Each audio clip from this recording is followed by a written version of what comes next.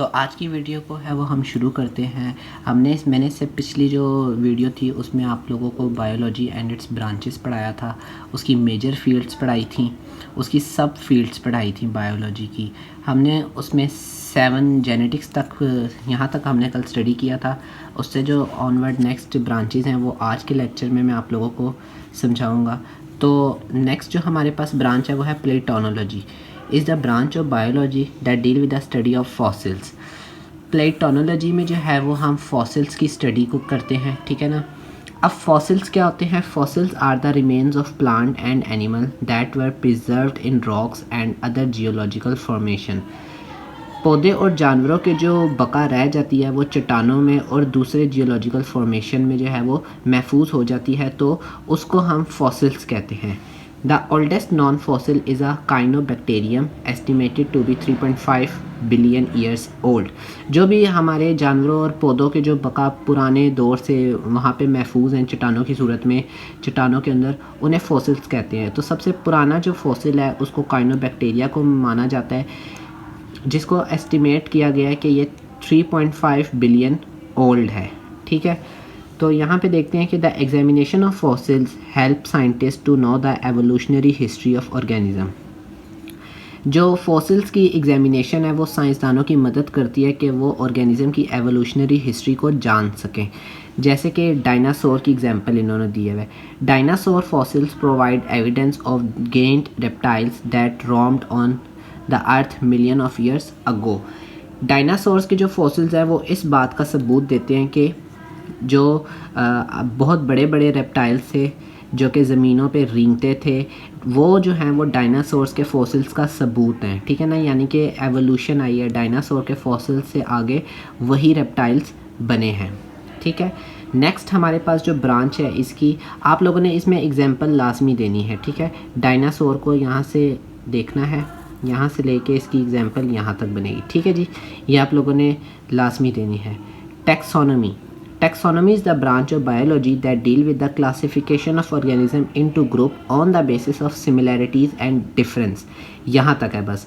Taxonomy जो है उसमें हम क्या चीज़ को स्टडी करते हैं कि हम ऑर्गेनिजम्स की क्लासिफिकेशन करते हैं ग्रुप्स में और सब ग्रुप्स में, ठीक है ना। अब किस चीज़ की बुनियाद पे हम क्लासिफिकेशन कर रहे हैं? सिमिलैरिटीज़ की बुनियाद पे और डिफरेंस की बुनियाद पे, यानी कि क्या चीज़ उनमें सिमिलर है और क्या चीज़ उनमें डिफरेंट है। तो इस चीज़ की बुनियाद में हम जो ऑर्गेनिज्म की क्लासिफिकेशन करते हैं उस सारी चीज़ की स्टडी को हम किस ब्रांच में करते हैं? टैक्सोनॉमी में, ठीक है। आगे जो हमारे पास इसकी नेक्स्ट ब्रांच है वो है ecology. Ecology is the branch of biology that deal with the relationship between organism and their environment. Organism का अपने माहौल के साथ क्या रिलेशनशिप है, उस सारी स्टडी को हम कौन सी ब्रांच में करते हैं? इकोलॉजी में, ठीक है जी। बस इसको यहाँ तक ही करेंगे। इसमें हमारे पास फूड चेन्स आ जाती हैं, बायोडाइवर्सिटी आ जाती है सारी, कि कैसे जो है एक ऑर्गेनिज्म दूसरे ऑर्गेनिज्म को खा के ज़िंदा रहता है, कैसे फूड चेन चलती है, ये सारा इकोलॉजी में आ जाता है।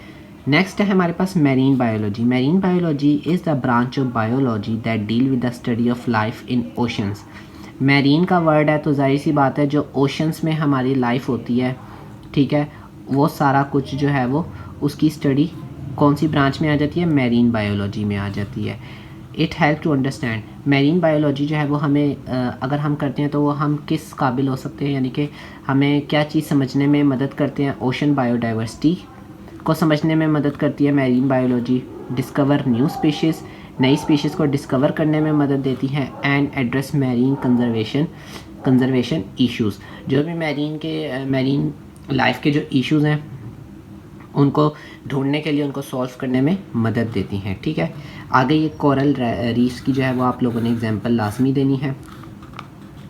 नेक्स्ट जो ब्रांच है हमारे पास है वो pathology. Pathology is the study of disease. Pathology क्या है? बीमारियों की स्टडी को कहते हैं। देयर कॉजेज़, उनकी वजूहात की स्टडी को और उनके अफेक्ट्स की स्टडी को, ठीक है, हम क्या कहते हैं? Pathology. Pathology help in disease diagnosis, prevention and treatment. समझ तो आ गया होगा। For example pathologist study how the uncontrolled division and spread of cells causes cancer. एक जो पैथोलॉजिस्ट है वो उस चीज़ को स्टडी करता है कि कैसे सेल की अनकंट्रोल्ड डिवीजन हो रही है और कैसे जो सेल्स कॉजेस कैंसर हैं, यानी कि वो सेल जो कैंसर की वजह बनते हैं वो कैसे फैल रहे हैं हमारी बॉडी के अंदर। तो इन सारी स्टडी को कौन करता है? पैथोलॉजिस्ट करता है। ये एग्जांपल लाजमी देनी है आप लोगों ने। नेक्स्ट हमारे पास ब्रांच है इम्यूनोलॉजी। इम्यून सिस्टम से रिलेटेड है ये branch. Is the branch in which we study the component of the immune system. हम अपने इम्यून सिस्टम के जो कंपोनेंट हैं उनको स्टडी करते हैं, देयर रोल अगेंस्ट डिजीज़, और उनका क्या किरदार है बीमारियों के ख़िलाफ़, उस चीज़ को स्टडी करते हैं। ठीक है। इम्यूनोलॉजिस्ट जो है वो क्या स्टडी करता है? टू डेवलप वैक्सीन्स, वो बीमारियों के ख़िलाफ़ वैक्सीन्स बनाता है। ट्रीट ऑटो इम्यून डिजीज़, वो ऑटो इम्यून डिजीज़ को ट्रीट करता है और हमारे इम्यून रिस्पॉन्स को इन्फेक्शन के लिए इम्प्रूव करता है। ठीक है जी।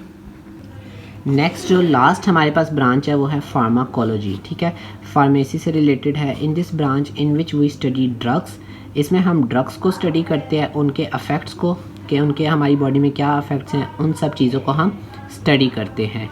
ठीक है, और इससे हमें मदद भी मिलती है कि हम नए ड्रग्स को डेवलप कर लें। For example new antibiotic are develop that are used to kill bacteria. अब मिसाल दी हुई है उन्होंने कि हम नई एंटीबायोटिक जो है वो डेवलप करते हैं जो कि इस्तेमाल की जाती है बैक्टीरियाज़ को किल करने के लिए, बैक्टीरियाज़ को मारने के लिए, और ट्रीट बैक्टीरियल इन्फेक्शन। और जो बैक्टीरियल इन्फेक्शन होता है उसको, उसके ट्रीटमेंट के लिए जो है वो नई एंटीबायोटिक्स इस्तेमाल की जाती हैं। तो यहाँ तक जो थी वो इसकी ब्रांचेस थी। तो यहाँ पे जो हमारा 1.1 टॉपिक है वो कंप्लीट हो जाता है। इससे जो नेक्स्ट टॉपिक है 1.2 वो हम अगले वीडियो में उसको मैं आप लोगों को बताऊँगा। तो वीडियो अगर अच्छी लगी है तो इसको सब्सक्राइब करने और अपने फ्रेंड्स के साथ इसको शेयर करें ताकि वो भी इससे फ़ायदा उठा सकें। अल्लाह हाफ़िज़।